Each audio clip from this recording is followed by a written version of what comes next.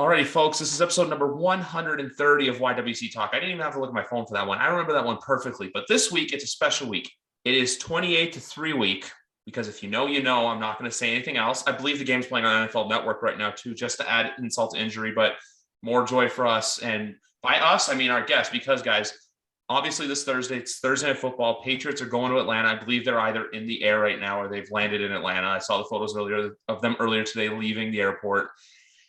And to help get ready for tomorrow night's game and all of Week 11, please welcome back to YWC Football Talk, Gabby Hurlbut of Boston Balling. How are we doing today? Good. I'm doing well. How are you? I'm excited to be on again. You know what? It's Wednesday. It's a little bit of a crappy, rainy day here, and just excited to come on and talk some football, and especially too with I usually record during Thursday Night Football, but this week I had to make that special exception, Yeah, because we can't record during the Patriots game if we're going to be talking about the Patriots game. Unless you want a lot of explicitives and like other stuff from like me just in an emotional roller coaster the entire time where I'm like paying more attention to the game and someone would be like, hey, Griff, talk now. I'm like, oh, sorry. No, it's too distracting. Exactly. Yeah, we can't be having that happen. Oh God, no, for sure. But anyway, like I said before, I talked a bit about Monday. I went on a bit of a good Patriots rant, a good rant, not a bad rant. But for today, obviously, we're coming off the big win on Sunday, 45-7 in the game. I don't think any of us really expected that have happened. I was like thinking, close football game, like, hey, maybe like a 24-13, 27-20. I did not think 45-7 was going to happen. And it did. And that's where we are. Yep, I didn't. I definitely did not think that at all. I thought it was going to be close, like you said, because Cleveland is not a bad team. And so I really didn't think it was going to be a blowout by any means. I thought it was going to be a close game that would come down to the wire, and that, it was going to have to be the Patriots playing perfect football the whole time and hopefully coming out with a win. But I thought it would be close for sure. You know what? I feel like we did play. I always say we. I know there's a lot of people on that bandwagon of like, oh, you're not supposed to say we. You're not. Oh, I know that bothers some people, but not me. Like if for certain cases, it does. Like if it's like, but this like when it's me talking to another Patriots fan, I'm gonna say we. Yeah, right. It's like, I mean, we are like as in the team collectively and the fan base as a whole. I like to think of it as 100%. I have a photo of Gillette Stadium turf right here that says otherwise. But no, with Sunday, I feel like we played a perfect game, and they didn't. They just didn't adjust. The fact that a guy who I think will be Defensive Player of the Year, Myles Garrett, got 3 pressures on Mac, and I think 1 sack the entire game, speaks volumes to how good this offensive line's coming, how good the team is. But I love focusing on wins because I keep hearing about it. There was a clip today I saw from the Rich Eisen show where he was just pumping the tires, basically saying like, look, we're a problem. Like, I also don't like the talk of, are we a Super Bowl contender? I do not want to think about that. I'm buying into the whole Belichick philosophy where it's like 1 week at a time. And that's what this is. Because honestly, there's a lot of relevancy to 28-3, not only because it's the Falcons, not only because it's primetime, but Joe Buck and Troy Aikman will be calling the game. And if you remember, they're the ones who called Super Bowl 51. So there's going to be a lot of references to that game. Of course, there's no way there's not going to be. I just think it's awesome that they're playing the game now to remind everybody of the ultimate choke job that was the Falcons in that Super Bowl. Exactly. Literally thanks to, I think it was Pat's Buzz on Twitter where they basically tweeted out saying, oh, it's a perfect time to turn it on. And I think it was literally right at like 2 minutes left in the third quarter, right before they got the touchdown to make it 28-9. So it's like, literally, that's all. If you're a Pats fan, just watch the last 17 minutes of the game. That's all you need to watch and you're good. No, really, is the summary of the game for the Patriots. Yep. I literally remember. Nothing else was relevant besides that. No. And I'll also say this too about that game before we talk about this game, is that if you want to know the one play, in my opinion, that I believe is superly criminally underrated into what won in that game, it was the 3rd down strip sack from my favorite Patriot, Dante Hightower. I think that changes the whole complexity of everything. I say it's underrated because I feel like it's talked about, but I don't feel like it's talked about enough. Yeah. No, I definitely agree with you. It was definitely super underrated and people just kind of forget about it. Exactly. And I already know I'm naming this episode 28-3 or 28-3 week. It's there. And even to the fact that Robert Kraft too did 283 diamonds in that ring. Yeah, I know. I mean, there's no, I mean, you can't just put Patriots Falcons Thursday Night Football. That would just be boring. Exactly. Like, even I remember the last time they played in 2017, it was that weird foggy night in New England. Like the fog was horrible. It was Sunday Night Football too. I feel like these two teams are destined to meet. It's always going to be in prime time. Yeah, for sure. I mean, because just solely because of that game, which is crazy. No matter how bad or how good either of those teams is, I feel like there's too much significance there for it not to be. I mean, if there's been worse games in prime time and there's bad ones coming up too, I feel like Patriots Falcons, no matter how bad either side is, can always be a primetime game. Any combination of two teams seem like they can play at some point in primetime football. Oh yeah, absolutely, definitely. Yeah, I mean, every team has to play primetime games, but there's obviously certain ones that have more significance than others. Oh, 100%. You nailed it on the head. But anyway, just shifting gears, for Thursday night's game. What exactly do you think the Patriots need to do to get a win here? Because I feel like we can win, but there's a small voice in my head saying that this could be a trap game. See, I think the Falcons in general are a trap team this year. I think they're very, very deceiving, and I think their record is deceptive. I think that, on paper, their record doesn't really reflect how kind of sneaky good they can actually be. And I think, I think if they stay healthy, I think that they have a genuine chance of kind of being a wild card team in the NFC with how just close the NFC is right now. And even in their own division, they're not that far behind the Bucs and the Saints in their own division. So I think that the Falcons are overall are actually like a better team than people are making them out to be. And I think this is one of those games where, the Patriots they can't just go into this game feeling more relaxed because some people might try to pencil this in as a Patriots win, which, confidence wise, I like it. But at the same time, this is definitely not one of those games that I'm looking at as like a shoe-in, like Patriots most definitely should win this game. Like if it was the Jets, like this is one of those games where like, Matt Ryan's experienced and like, he's seen the Patriots before and, like in primetime games, particularly, the Super Bowl. And I think, I think if the Falcons are healthy and stay healthy, I don't think they're that bad of a team. So I do think that, the Patriots need to protect Mac really well for one. And I think they need to defensively really just make sure that they're stopping the run because they've still been struggling with the run defense a little bit this year.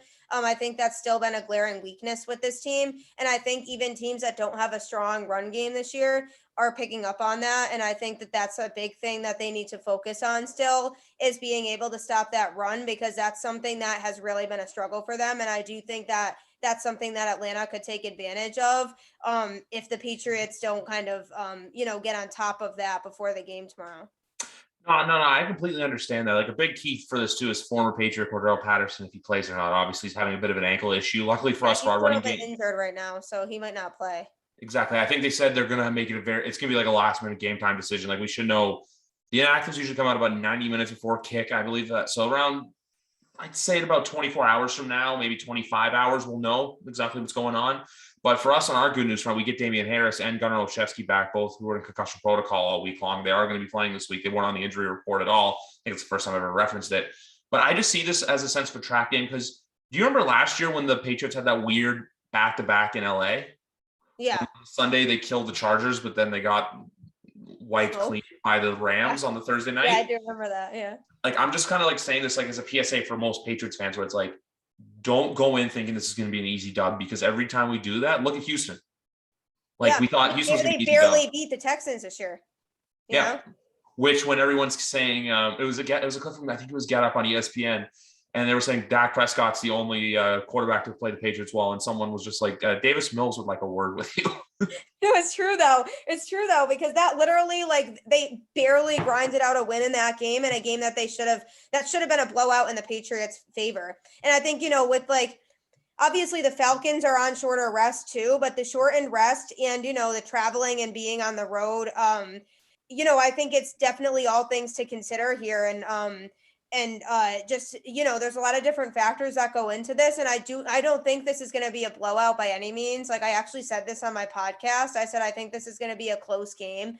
And I think it's going to be, I think that if the Falcons are, clicking on all their cylinders, I think they're actually a tougher team to beat than they appear to be right now. And I think that, as much as I love what I've been seeing from Mac and the offense lately, I think I still do worry about the defense. And I think that, the defense is still kind of a weakness in my eyes right now with this team. And I think, being able to give Mac good protection, that line I think would be really good, and also being able to just be aware of like the fact that like this Falcons team is not a pushover team. And so they still need to play good football. They still need to execute, but I do feel confident in the offense because I do like what I've been seeing from the offense, especially the last few weeks when they've been on this win streak. I think things are really starting to click for this offense. And I mean, obviously Mac was really quick to learn the Patriots playbook, which is really important, but also even like besides that, I think everybody else around him is really starting to kind of get a grasp of how this offense works and is run, especially with a lot of new players being in this offense. So I do think from that perspective, it's good and that they're clicking. And this is an important game, for both teams really, but from a Patriots perspective, this is an important game because, they're only a half game behind the Bills in the division right now. They have a couple games against the Bills coming up. And so, they need to win games like this when they can, because those games against the Bills are not going to be easy. I like to laugh at the Bills for losing to the Jaguars, but they're a good team. Like they're not going to have games like that every week. They just had a bad game. And so the Patriots need to win games like tomorrow night. Because going into the next week, 7-4 looks like a lot better situation than 6-5. You know what I mean? Like you kind of get more confidence in that. Especially considering next week we do play the Tennessee Titans, which is going to be a very, very big game considering Tennessee right now. I consider them the best team in the AFC, even without the scary thing is that it's without Derrick Henry and Julio Jones. I know, that's what I mean though. Like they still have some injuries, but they're still playing like the best team in the AFC even without them. And you're right. Yeah. So that's why it's, they have a tough schedule coming up between Tennessee and the Bills. So it's not like this is not anything to, be like a pushover game, like, oh, we can drop a game against the Falcons. I mean, not really, because like, they're 6-4, which is pretty good, but they need to just keep winning games and just keep like playing good football. And I think they've done a really good job of cutting out a lot of the stupid mistakes, like the turnovers and the dropped passes, a lot of the sloppy play they're kind of eliminating, which I think is really good. And they've looked a lot better coached and prepared the last few weeks as well. Oh, no, 100%. The only game where there was some sloppiness with the turnovers was the Chargers game when Kendrick Bourne had the bobbled pass, but the bobbled catch. But besides that, Carolina was good. Cleveland was good. I think tomorrow, though, more than anything, if this team can avoid that, if they can play, just go out there, you play perfect football. Sure, they only punted once last week. I didn't realize that. I think it was till either yesterday or Monday morning that I realized the Patriots only punted once in the entire game against Cleveland. Yeah. So I'm not saying you have to go out there and do that. Scoring. Exactly. So I'm not saying you have to do that every drive, but I'm here to say, like, just play mistake-free football. Just don't do anything stupid. Call a good game. Like I said before, we're going to have Damian Harris back. I was getting people hitting me up being like, hey, do I ride the Ramondre train even more for fantasy? And I was just like, let's wait and see what happens with Harris, because I keep telling people Damian Harris is RB1. The only other thing for tomorrow's game, I'm not too concerned about our defense. If Patterson doesn't play, and obviously too, because guys like Calvin Ridley are injured, but at the same time too, you have to be prepared for a guy like Kyle Pitts who can ball. Very good tight end, rookie tight end. But you're right though, because our December, we have two against the Bills. We have the bye week, but we also have the Week 15 match against the Colts, which the Colts are a team right now. They're in that hunt. They're in the hunt for a wild card spot, because I firmly believe the Titans are going to win the Tennessee Titans will win the AFC South. So I agree. This is the time of year where you can't take games for granted. There's no easy wins. All I could say it too. After Carolina, I had obviously Ryan Spagnoli from Pat's Pulpit. His podcast co-hosts, the three of them come on here from time to time, but one of them, Pat Lane, came on here, and I told him, hey, because we beat Carolina, if we drop Cleveland, it's not as bad as if we hadn't beaten Carolina. I look at this game where I also see a pissed off Atlanta team where, look, there's no simple way to put it. They got their asses kicked last week in Dallas, 43-3. They literally lost like 45-3. Exactly. And it was 28-3 at one point, and their Twitter account tweeted, we know. So it's just like that forever burden with them. But at the same time, too, I don't think any there's probably going to be Patriot fans who think that we take this game for granted. Like I said before, like Houston. No, there would be. And naturally, it's going to be one of those games where some fans might be like, this should be an easy win. But I really do not think that by any means at all. I think the Falcons are going to come in with some anger after last week. they're playing at home, but they also haven't won a game in Atlanta yet this season either. And I think that's another thing to point out here. Their only game they quote unquote won at home was the London game when they were the home team, but they haven't actually won a game in Atlanta this year. So I think that that's another thing that is important to point out here.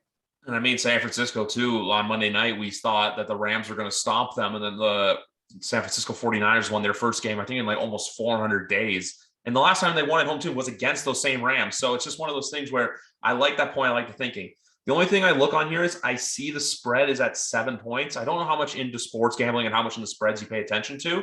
I'm not saying that's like in a bad one. I'm just saying that as like, look, everyone's different when it's gambling. I'm trying to get more into it now. I think that 7 point spread's a good one. Like I can see the Patriots covering, like where it's, where it's a close game for like, say the first, let's say 50 minutes, but then the Patriots get like another touchdown to win by like 10 or win by even 13 or 14. I can see that type of game. I can't see a game where it's going to be like, a 30-point win. I can't see like, for example, 45-7 again. I just can't see that. I think this is an Atlanta team that's going to come out firing and for a chance to upset a team who's truly on a hot streak, because in the world of overreacting, because that's what, football people who follow the NFL, people who do that love to do. Because if the Patriots win this, everyone's going to look at it as rock bottom. If the Patriots lose, it's rock bottom. Patriots win, it's, okay, these guys are for real. They're 7-4. They're just chomping at the bit with the Buffalo Bills. So this game can go either way, but at the end of the day, if the Patriots do lose, Pats Nation, please don't panic. It's just one game. That's all I'm going to say. Yeah, I mean, the panicking, people just do that. And I feel like Patriots fans especially are kind of a little overreactionary. If they do lose, though, it is going to be unfortunate knowing they have some good teams on the schedule coming up after that. That's why I do feel like this win is important, because then you can afford to lose a game like against the Titans. You know what I mean? Because if they go into the week against the Titans 7-4, they can afford to lose that game and still be kind of in a good spot. But if they lose tomorrow and then you're looking at, barely scraping over 500, and then you're going into that Titans game and then they lose that game again, then that changes a lot of things. And that's why I kind of see tomorrow as kind of an important game, because even though it's still like relatively early on, we still have like half the games left to play, whatever. I still see it as kind of like a momentum type of game, because if they go into the Titans game 7-4, this team is going to be elated. You know what I mean? They're going to feel really, really good about themselves. If they don't go in 7-4, then it could just change the mentality of how they go into that game.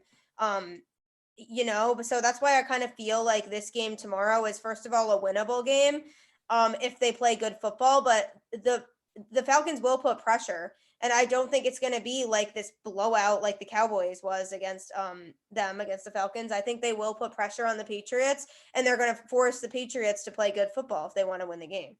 You know what? You kind of stole the words out of my mouth, because I feel like, and I'm probably going to repeat what you said, I'm just going to say it differently. If they win, it's going to look great. It's going to feel great. But if they lose, I think there's just that added ounce of pressure to where you're right.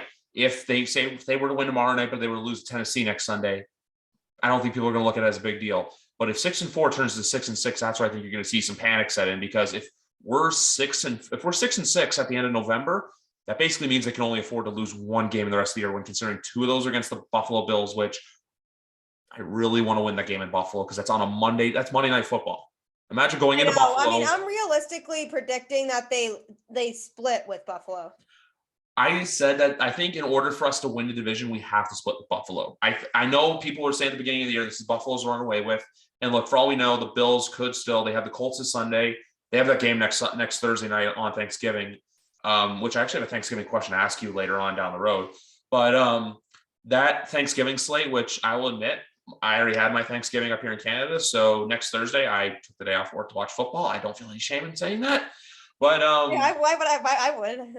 I mean, I'm like, I could either watch at work and be distracted, or I can like stay home and just use vacation day to watch it. So I'm doing that. But that Bills Saints game, I'm going to be paying attention to, because I have a Bills podcaster that comes on here periodically, and he told me, this is after the Tennessee game, Josh Allen doesn't lose back-to-back. So I think Patriots fans, look, if we get the Bills coming in hot, so say if they're 6-3 right now, so if they're 8-3, we're 7-5, let's just say. We want them feeling, I feel like we want the Bills to feel confident. We want the Bills to feel like we're going to beat them. And then, because they'll just be shocked then if we can go in there and do that. For as much as I would love to beat the Bills at home, there's just something extra special about winning in Buffalo because look, it's going to piss off the fan base. Yeah, and who doesn't love pissing off Phil's Mafia? I mean, really, like they're going to be so angry. Oh yeah, and because also too, I don't know if you see them, but I post those like reels on Instagram of just like betting videos weekly. I happen to be in. I'm not going to the like. Obviously, I live very close to where the Bills play. I'm about an hour 45 from the stadium. But the following weekend, so not the Monday, but that following weekend, I'm in Buffalo. So I'm just saying I pay a visit down there and just wear my jersey at the same time too, just go with some protection. But but at the same time too, it's like for those crazy people. Oh yeah, but no, if we were to lose that game going into Buffalo, it's like because I'll say this, they wear Bills gear year round, and that's their team, and also do well considering Sabres suck. But look, it's just fact. That is a fact, but yeah, that's all about it. But no, the moral of the story for this game is look, just don't be overconfident, play well, play mistake-free football, because I feel like Atlanta can make mistakes for themselves because the Patriots, I think tomorrow, look, they're going to take away what the teams are best at. Look at the past weeks. Herbert played horribly. Those 2 worst games of his career against New England. Christian McCaffrey was basically a non-factor against the Patriots. And then last week, we forced Baker to throw, and Kyle Duggar had an interception, someone who I'm really liking, even though my favorite Patriot defenseman right now is Matthew Judon. The guy's just I love Matthew Judon, yeah. How do you not? One of the best acquisitions for the Patriots. Oh, I still say that. I think I said it when I was on Boston Balling a few weeks ago. Him and Kendrick Bourne. Because even too, you see the clips of them all keeping themselves accountable, and everyone knows that there's a bigger purpose to the end of the season. Now, I'm not saying, look, the Patriots are going to be in Los Angeles come February. If they are, great. If not, look. If they keep playing like they've been playing the last few weeks, they have a chance. They have a chance. They do have a chance, but I don't want to come on here claiming that now. I want to kind of like. Too early. No, I will start. I'll start talking that once we have probably an X next to our name. Once we have an X, because look, this season's been so wonky, and there's so much parity in the league that the term "any given Sunday" is just not thrown around loosely anymore. It's a legitimate thing. No, it is. It really is, because you never really know. Because, like, for example, you have teams like the Jaguars who could come out on a Sunday and beat the Bills. You know what I mean? Like, you never really know what's going to happen in those types of situations. Exactly, and even too, like this Sunday, the Titans, who obviously play the Patriots next weekend, because this is, like I said before, this is the first time that we have a Sunday where there's no Patriot football. So what are people like Gabby and I going to do? We're going to sit around and watch Red Zone and watch football stress-free. It kind of sucks because you don't have a game to look forward to, but at the same time too, you have like that weight. It's like a weight lifted off your shoulders, Yeah, because you can relax and watch the other games and not have to worry about it. 100%. So then with those games, like with, I'm going to say the Titans, maybe they're in a trap game spot against Houston. I doubt it. But at the same time, too, divisional football is just so unpredictable. So I'm saying, like, look, remember, the Titans lost to the Jets. So I'm just saying, any given Sunday. No, it is really true. Yeah. And I mean, even the Dolphins beating the Ravens, I didn't really see that coming either. That was another one. I had the Dolphins to cover. I'm in a spread pool with my dad and a bunch of his friends. And each week you have to pick the spreads of the games. I took the Dolphins because I was like, you know what? I don't like the points. I thought it was just going to be, a close game. But then when it was like 3-0 and like 6-0, I was just like, okay, this is a really boring football game. Yeah. And then they won. And I wish that touchdown from Robert Hunt had counted. But even still, like when I look at the schedule for this Sunday, I'll say this right now, the primetime game, Steelers Chargers, doesn't really interest me all that much. It is what it is. But we have Chiefs and Cowboys in that 425 spot, that's which is a hell of a game. Yeah. That's going to be a hell of a game. If you're a betting person out there, take the over. It's at 55.5 points. I feel like this is just going to be an air show considering both secondaries are so sus. Like they're just, I'm going to use a term that everyone uses nowadays. They're sus. Yeah. Yeah, no, it's true. Like, I feel like it's going to be like a shootout. I feel like just both offenses just battling with putting points on the board. And I feel like it probably is going to be really high scoring. I think it's hard to say who's even going to win that game. I think, the Cowboys look really, really good. But Kansas City is starting to look better too. They've looked better the last couple of weeks too. So I think that's going to be probably one of the best games of the weekend. I think so too. And with that game though in particular, I feel like if Kansas City can go in there and do what they did to Vegas against Dallas, look, then I'm going to start saying, look, hey, they're back, they're good. But if they go in there and they lay a goose egg against the Dallas Cowboys, and it's like, okay, for as much as it pains me to say this, the Dallas Cowboys are this legit force, and Kansas City may have been a 1 week admiration. Yeah, that like KC, like, okay, they looked good for a couple weeks, but they're not really back to being legitimate. No problem. No, I don't know why I said no. I almost said no problem for some reason. I guess it's just my niceness and Canadiana coming out in me. But I just want to take a quick second just to quickly shout out a sponsor of mine, sideline.shop, on Instagram at sideline.shop. They do have a new website. I don't remember off the top of my head what the website is, so I will put all the links in the bio down below. But like I said, guys, for all your jersey needs, go to Sideline Shop on Instagram and the new website too to get all your jerseys. Sorry about that. I said take a couple of seconds out to, we got to pay the bills here at YWC Football Talk. I just want to go off football for a second because I want to ask you the Thanksgiving question because I've been seeing this on Twitter a lot. And I find, as a Canadian, I find this weird that some people do this. Is mac and cheese a side dish on your Thanksgiving plate, or is that a Southern thing? No, it's not. It's really just like the typical stuff, just like turkey, mashed potatoes, stuffing, usually like a fruit salad or like something like that, but not mac and cheese. Definitely not. Okay, because I see this on Twitter and like people were saying like, is mac and cheese is mac and cheese like a side dish for Thanksgiving? And I'm like, no, it's not. Like my plate is simple. I'm a leg guy. Like I love a good turkey leg with stuffing, with mashed potatoes, maybe some like corn or mushrooms or whatever else is on there, and then lather the thing in gravy. That's literally mine. So whenever, as a Canadian, when I see like all this like weird stuff like green bean casseroles and like macaroni and cheese, I'm like, okay, that might be a Southern thing. I'm just not used to it. But I feel like mac and cheese, I'm glad to see that it's maybe just certain Americans that do that, and that's not like a all over America kind of thing, No, it's definitely not. Like that is not common at all. It's like weird to me. Mac and cheese is not meant to be at Thanksgiving dinner. You know what? I'm completely on board with that. And then for pie, whether it be my personal favorite's cherry. I actually tried pumpkin for the first time this year, and it wasn't too bad. It just tasted like cinnamon more than anything. That's interesting, actually. What? That I've never had pumpkin pie, or that I like cherry pie? No, like that it just really just tasted like cinnamon. I think it was just the spices and stuff like that. Like, okay. Then that makes sense. Yeah, it probably was just what it was like topped with or whatever. Yeah, exactly. I don't like pie. Yeah.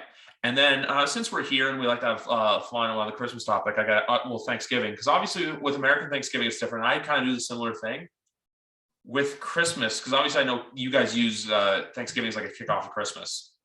But are you a person that starts to like listen to music and put up your stuff before Thanksgiving or after Thanksgiving? After. I have like that. I love Christmas. Like it's the best time of the year, but I have that personal rule that like I need to give Thanksgiving the appreciation it deserves. So I don't want to like overshadow that with Christmas, but I'm like literally the day after Thanksgiving, I'll start. So not next week, but the week after on your next episode of Boston Balling, should I expect to see like maybe a wreath or some lights on that nice little banner you got behind you? To be honest, probably, yeah. You know what? I like to hear it. I like to hear it a lot. When you say though too, like when we're halfway there with the football season, obviously like it's kind of sucks to see, but at the same time, because I remember this too. The first time we talked was last year, right after the day after the Super Bowl. I remember you and I came on here, we talked about the Super Bowl. Yeah. But then now look, we're right in the thick of things for the regular season, and this can literally go any sort of way for the Patriots in a year where I kind of said this team could win 10 or 11 if they got lucky. I was thinking more like maybe 8 or 9, like realistically, but if we win tomorrow night, we already match our win total for all of 2020. And they look like they're having fun doing it too. It's crazy. I know. Yeah. And I predicted 11-6 before the season started. I said, I think they're going to be an 11-6 team that gets a wild card spot. I always said wild card, but I'm pretty sure I had 10-7. There was a couple of games that I thought we were going to lose that we did win, which was I thought with Cleveland, like I had chalked that up as a loss because I had really high hopes for the Browns. I thought they were going to lose. I had that, and then what was the other one? And then the Saints is the only game where I thought we were going to win that we lost. The Saints and the Dolphins game, because I'll say this with the Pats. The Dolphins, oh my God. The Dolphins loss is more annoying than Dallas or Tampa. I know this conversation may sound recycled from what you and I had a couple weeks ago. Those are good teams, but like the Dolphins are not a good team, and that was a very, very winnable game. And like imagine how different things would be right now if they had won that game. We'd be 7-3 as opposed to 6-4. And that makes a difference right now.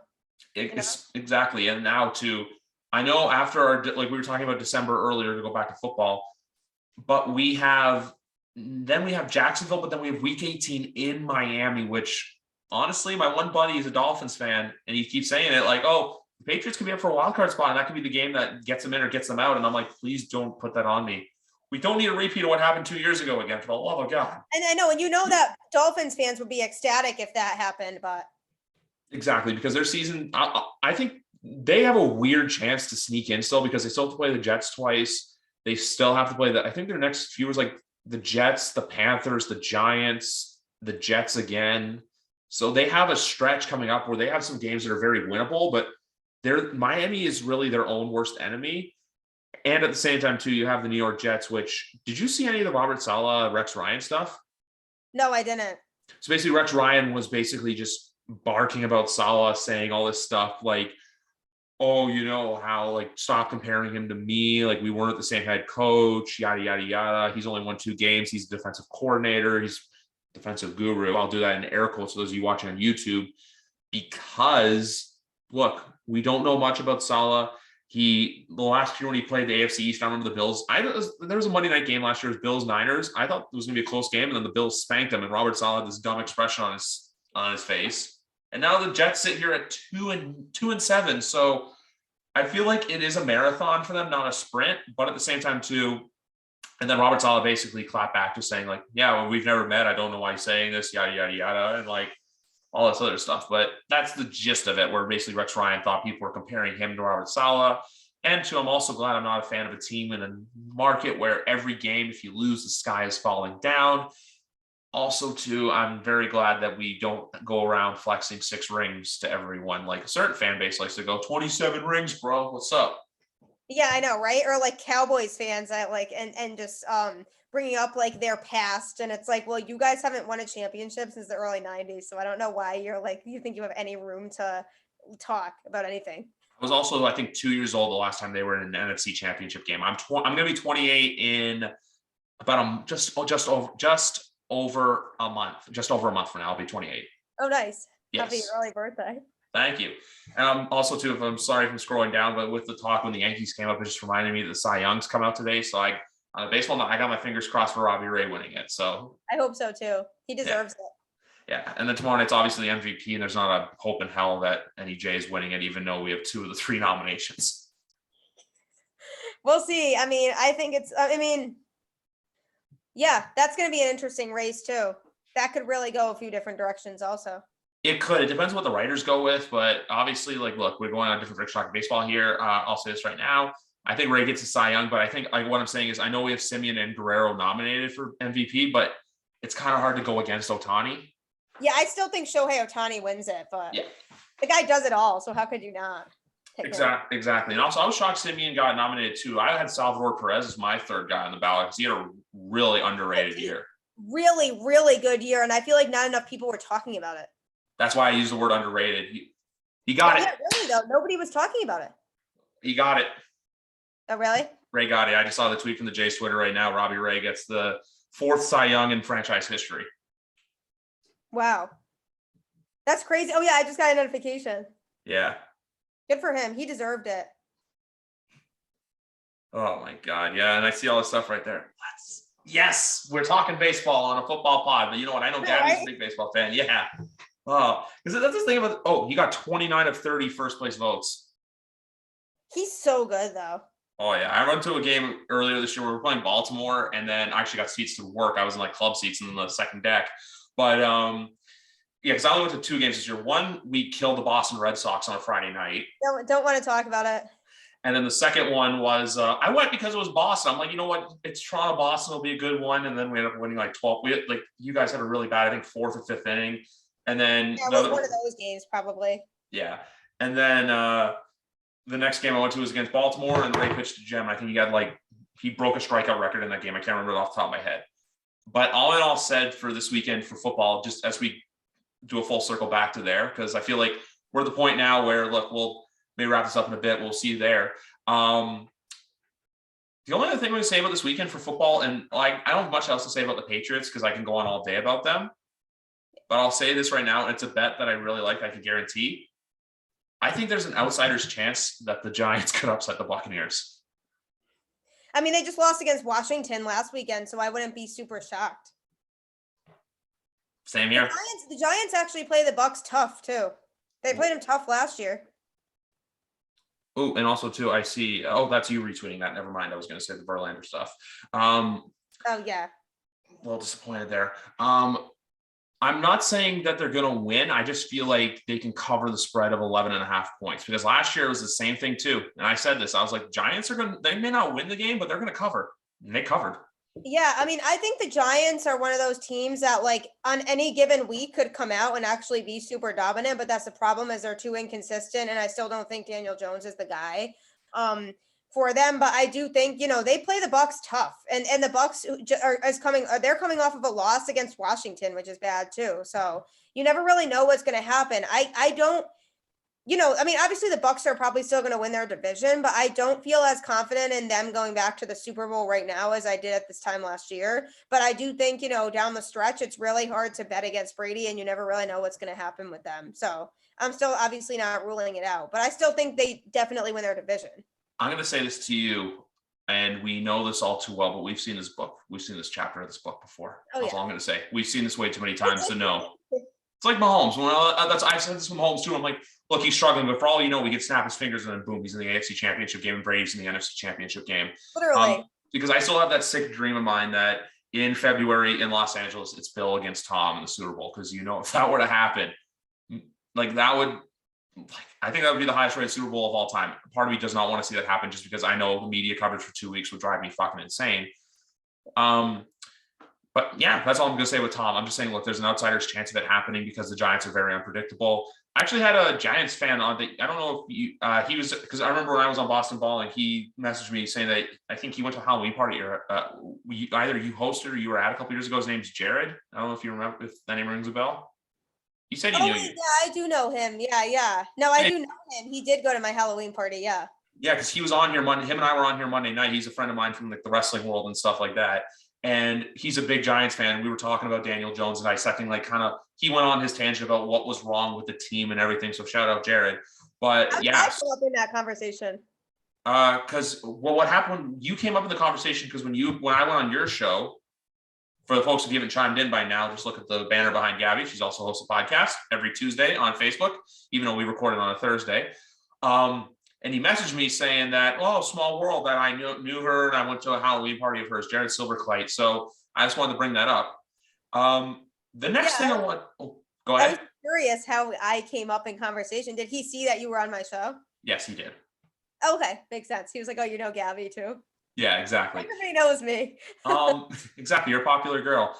The next question I had for you just before we wrapped up here is just the college football. And now I know obviously your college football team, not exactly top dogs in the country.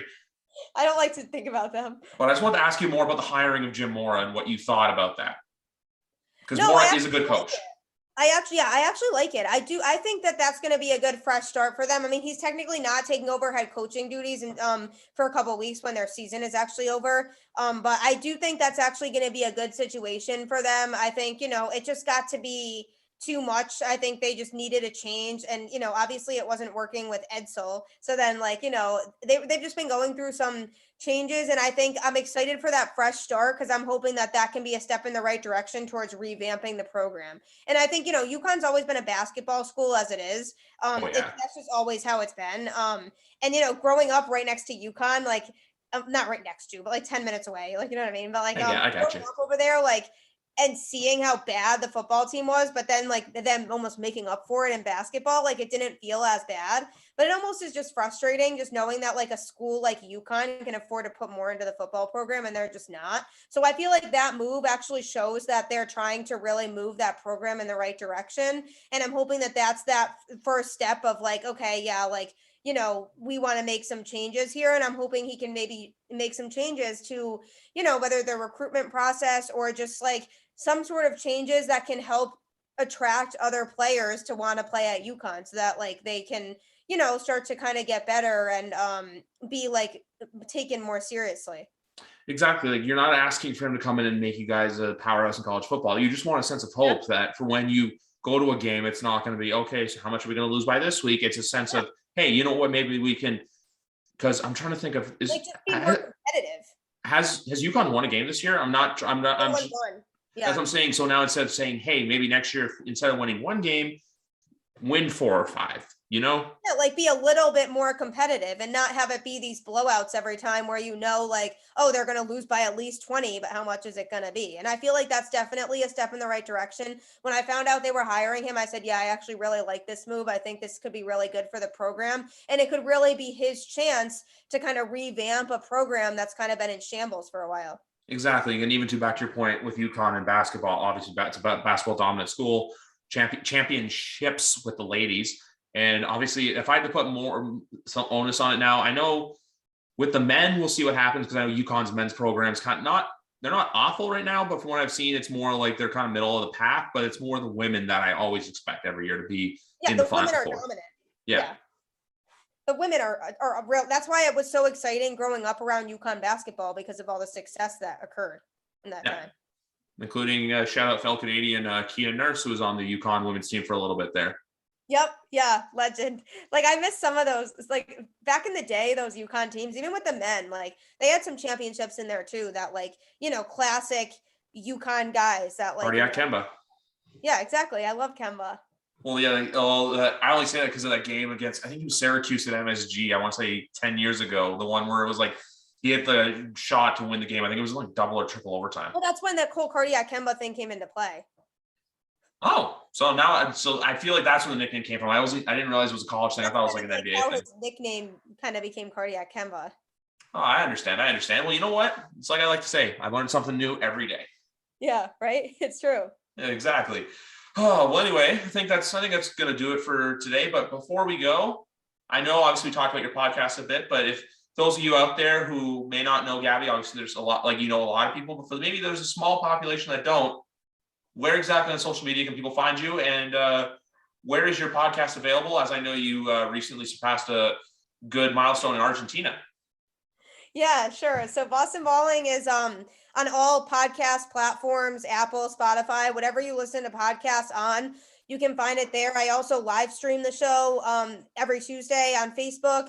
When I drop a new episode, I'll live stream it there. There's also a Twitter and Instagram account for the show as well. I bring a guest on it every week. We have some fun. We talk Boston sports, kind of talk about what's going on. And so you can find it pretty much on any of those platforms, wherever you listen to podcasts. And I would appreciate the support. You know what? It's like we always like to say, if you scratch my back, I scratch your back. So that's why I've been on your show. You've been on here a few times now. Your first appearance here since episode 100, even though I know we didn't physically talk, I still count as an appearance for everyone on there. So this is your fourth official appearance. I always remember this. So episode 100, obviously, after the Super Bowl, the Dak contract. Yep, I remember talking about that too. Here we are. As I just got some news that Chase Winovich has been activated off the IR, and unfortunately, Josh Uche is going to the IR. So it's like a swap of sorts. It's kind of bad because Josh Uche has been having kind of a okay second year, but to get Chase Winovich back for tomorrow night's big, and hopefully tomorrow we see some Ronnie Perkins finally getting in the lineup. Yeah, that would be huge, I think, too. And because I want to see him get some minutes and get some playing time. Exactly, because guys like Cameron McGrone are basically redshirting this year because he obviously had the really bad injury, I think, in about a year ago. So we'll see him in 2022. But we've seen a lot from the rookies this year, like Mac Jones or Mondre Stevenson, who after yesterday's video of David Andrews playing and screaming out Mondre, I think I'm going to call him Mondre. And my personal favorite, even though Mac is my favorite, Christian Barmore. Yeah, I love Christian Barmore. Yeah, this is proving to have been such a successful draft for the Patriots. After Bell was criticized heavily throughout the years for having such horrible drafted classes, is the fact that he has such not that he's such a good draft class, but the fact that everyone's performing well. And if you had to ask me right now, offensive rookie of the year, baby, number 10. I know. Former child model. I like that, especially if they go to the playoffs. I think it might be a lot. Is this crazy to think that if Bill Belichick gets his team to the playoffs, he could be up for coach of the year? I know he's done so much, but I don't think that is, because I actually had that exact conversation the other day with somebody. I think that actually is it definitely in the realm of possibility if they go to the playoffs. Even if they don't win or they don't make a deep run, I still think it's not out of the realm of possibility. Because I was saying that too, it's either him or Sean Payton. If either guy can get those squads that no one really expected to do much this year into the playoffs, it speaks volumes, because there's no real first-year coach that's making a lot of like sizzle, like how it's usually like how coach of the year is usually like that. It's usually a first-year guy who comes up out of nowhere. The only other candidate I could see is Cliff Kingsbury, because like the Arizona Cardinals have truly turned their ship around. Yeah. but they haven't No, looked. I don't think it's out of the realm of possibility at all. I think it actually is definitely something that could happen if they go to the playoffs. No, 100%. It's just something I wanted to bring up. Like, obviously today people are saying Mac for MVP, which I'm like, I'd pump the brakes on that one just a smidge. But I think offensive rookie, he's got in the bag unless someone unless Jamar Chase continues just to ball out the way he does. I can feel like there's some competition up there. Yeah, no, I agree with you. I mean, he's been performing better than all the other rookie quarterbacks, so it's not close. And So. just discovered this week too, child model when he was a kid. Yeah, I saw pictures of that, and I'm like, I don't think I want to see this again. But it's okay. Nice. I saw that. I'm like, that's my quarterback. Right. Yeah. Pardon me? No, that was funny though. No, it was. I try my best. But anyway, folks, that's going to do it here for episode number 130 of YWC Football Talk. I'm going to try to get to 150 by the end of the year, guys. I hope so. But anyway, guys, thanks once again to Gabby Hurlbut from Boston Ballin for coming back on, guys. Enjoy week 11. We're on to the Atlanta Falcons. And remember, never forget 28-3 if you are a fan of the New England Patriots. Enjoy, everyone.